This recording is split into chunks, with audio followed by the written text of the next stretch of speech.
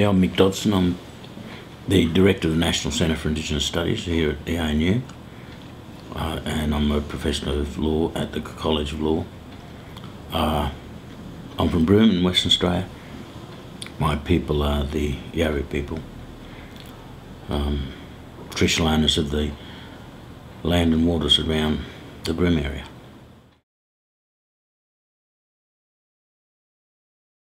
Well, firstly I should say it's a great honour, and initially, and perhaps still lingering there, is a feeling of unworthiness because you feel that there's so many others that do great things that don't get any recognition, and that there's others, great Australians, who are really deserving of this and don't get it.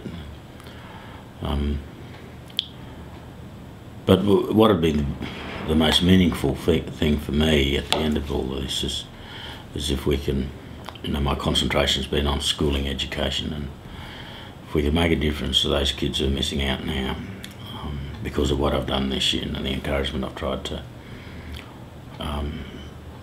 pass on through school visits and other ways. If something comes of that, that would have made it all worthwhile, I think.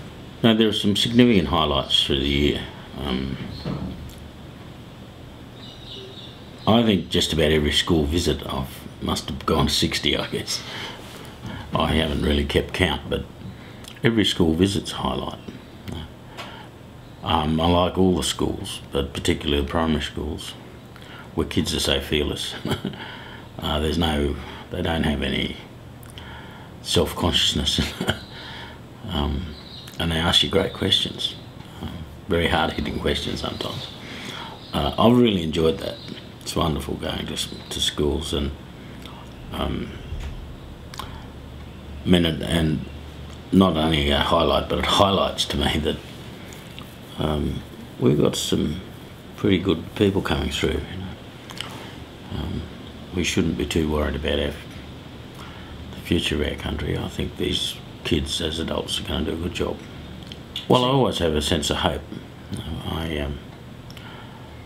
I think we've got to do more for Aboriginal and Torres Strait Islander kids. Still too many of them are missing out, not being at school.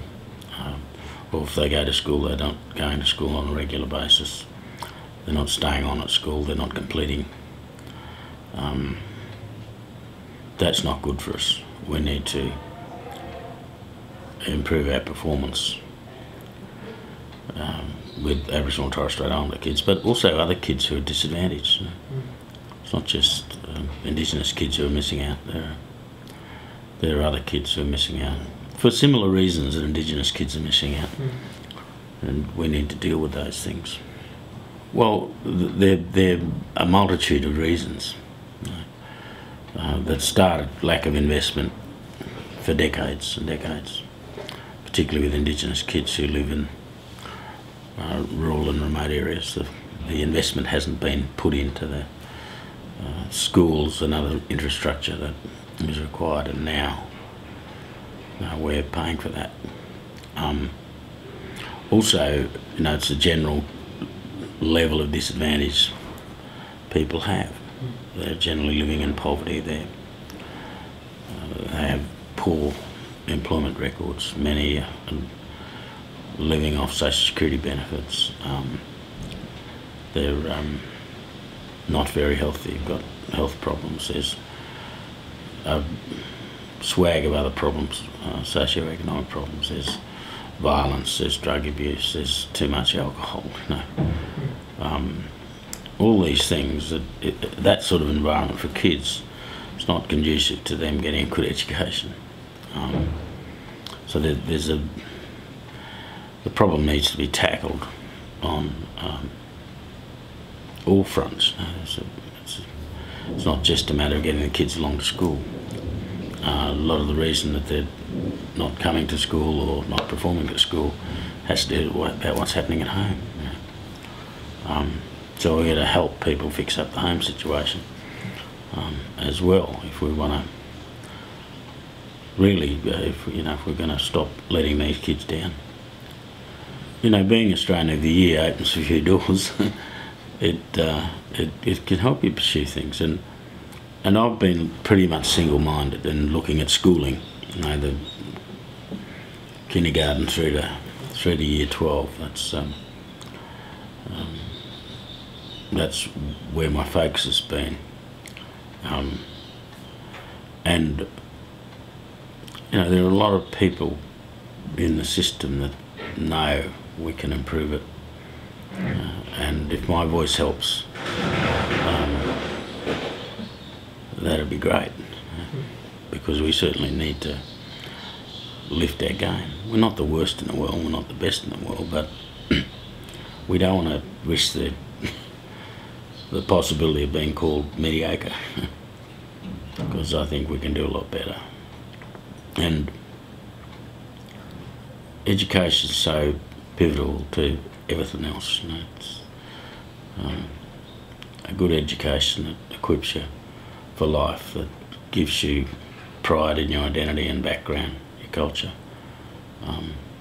and gives you capacity to make worthwhile contributions, not just to your family and your community, but to the nation.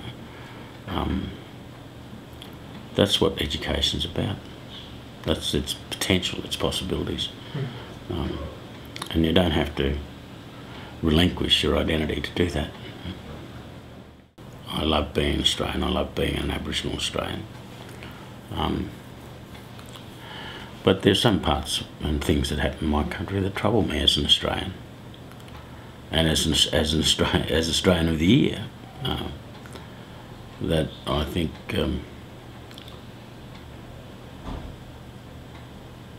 if you've got those troubles, you should speak up about it. Whether that's leadership or not, I don't know, but I'd like to bring attention to things that I think are perhaps wrong, or we're not doing it right, or we're doing it badly. I'd like to bring my voice to those things.